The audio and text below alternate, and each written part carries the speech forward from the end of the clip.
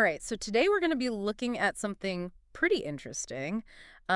Brewing instant coffee with cold water. Oh, wow. I know, right? It sounds kind of Ooh. crazy. Like the first time I heard it, I was like, wait, what? Really? But we've got some articles here that are going to help us unpack this whole concept. Okay. And trust me, there's more to it than meets the eye. Awesome. I'm excited to dive in. Yeah, me too. And it really does kind of challenge our assumptions about instant coffee, right? It We're does. so used to just like that quick hit of hot water and boom, coffee's ready. Exactly. Like instant, that's what it's for. Right, exactly. But there's a whole other dimension here that we're going to explore. I'm intrigued. So, one of the articles that really caught my attention was this one from Coffee at Corner called Can You Use Cold Water with Instant Coffee? Okay. And they start by talking about drip coffee makers Uh-huh. and how they can sometimes produce kind of a watery cup. Right. And that got me thinking, a lot of people are turning to instant coffee because it's convenient, but they still want a flavorful and satisfying experience. Of course. Who doesn't? Right, exactly. So it's like we're looking for that balance between ease and quality. Yeah. And this article seems to suggest that cold brewing might be a way to get more out of our instant coffee in Interesting. terms of like taste and richness. Okay. I like where this is going. Yeah, so the article lays out what cold brewing is. Mm-hmm. It's basically steeping coffee grounds in cold water for a long time, often overnight. Right. To make a concentrate. Yeah, exactly. Yeah. But here's where it gets really interesting. Okay. They're actually suggesting you can cold brew instant coffee too. Well, wait a minute. I know. That's not how instant coffee works. I know, right? Instant coffee is designed to dissolve in hot water quickly. Right. So using cold water and steeping it for hours just seems wrong. Yeah, I had the same thought. Completely counterintuitive. Totally. But apparently, those Ah. long steeping times in cold water actually draw out different compounds from the coffee, Hmm. which could result in a smoother, less bitter taste. Wow, so different temperatures actually affect the extraction process. Yeah. And that changes the flavor. Exactly. That's pretty cool. Yeah. And speaking of different, Uh-oh. get this, the article mentions that you can use all sorts of liquids for cold brewing instant coffee, not just water.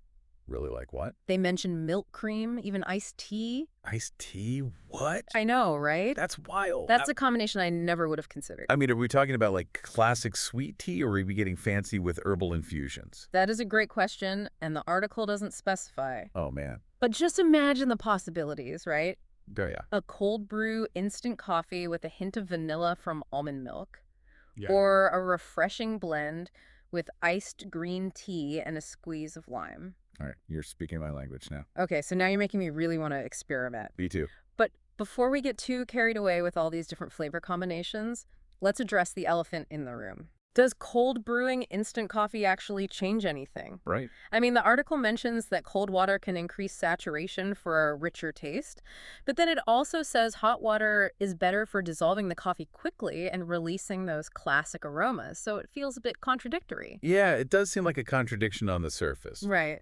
But I think we need to unpack what they mean by saturation. Okay. Essentially, it's about how much of the coffee's soluble compounds are extracted into the water Okay. in cold brewing.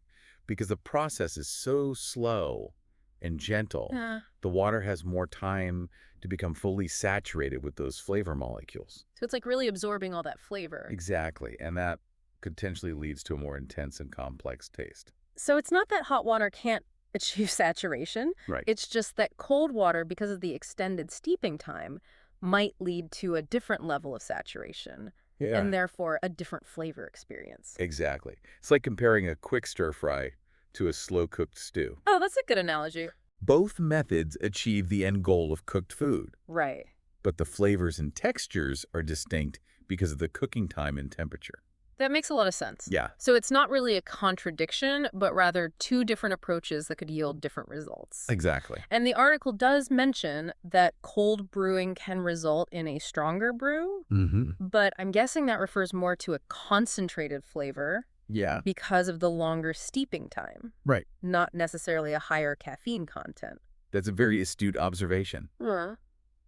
Strength in coffee can refer to a lot of things. Caffeine content, intensity of flavor, or even boldness of the roast. Right. In this case, it seems like they're highlighting the potential for a more robust, full-bodied flavor in cold brewed instant coffee. Okay, so we've established that both hot and cold water have their merits. Yes. But practically speaking, what are the main differences someone brewing at home should consider? Right. Well, the article lists some pros and cons. And I think this is where it gets really interesting for the home barista looking to try something new. So cold brewing is all about embracing that slow and steady approach, right? It is. Really unlocking those new depths of flavor in instant coffee. Exactly. But it does require more patience, right? Absolutely. Cold brewing is definitely a slower process compared to traditional hot brewing. Right. Like the article highlights this as one of the main drawbacks. Okay. You need to plan ahead. Yeah. We're talking hours of steeping time, Right. often overnight. That makes sense. It's not something you can just whip up, Right. when you're running out the door in the morning. No. But for those who enjoy a more mindful coffee ritual, Yeah. and appreciate those nuanced flavors, it could be a game changer. Absolutely. It's all about what you prioritize in your coffee experience. Right. And remember, we were talking about those creative liquid choices, Right. milk, cream, iced tea. Yeah. Those variations Yeah. add even more complexity to the cold brewing process, Yeah. both in terms of flavor and preparation. I'm picturing a creamy, almost dessert-like coffee with a hint of vanilla from almond milk. Oh, yeah. Or for a hot summer day, Right. A refreshing iced coffee with a splash of unsweetened black tea. Ooh. For a subtle, earthy note. The possibilities are pretty exciting. You really are. And that's just scratching the surface. Think about all the different types of milk and cream you could use. Right. Oat milk, coconut milk, even a dollop of whipped cream for a special treat. Now you're making me hungry, but seriously, this whole concept of cold brewing instant coffee, it opens up a whole new world It does. of customization and experimentation. Totally. It's like we're taking something familiar and turning it into a blank canvas for flavor exploration. I love that analogy. And it goes beyond just the liquid you choose. Yay. Think about the type of instant coffee you use as your base. Oh, yeah. Do you go for a dark roast for a bolder flavor or a medium roast for something smoother and more mellow? And then there are the add-ins, right? Of course. Spices like cinnamon or cardamom, a drizzle of honey or maple syrup, Yes. even a pinch of sea salt to kind of enhance the sweetness. Don't forget about extracts. Oh, right. A drop of vanilla extract or almond extract could add a whole new layer of complexity. Oh, we could brainstorm flavor combinations all day. Seriously. But before we get too carried away, there's one detail in the article that I wanted to circle back to. Okay. The part about refrigerating the coffee grounds during the cold brewing process. Oh, yeah. Why would that be necessary? It's not something we typically do with regular instant coffee. That's a great question. And the article doesn't go into a ton of detail about the reasons behind it. Right.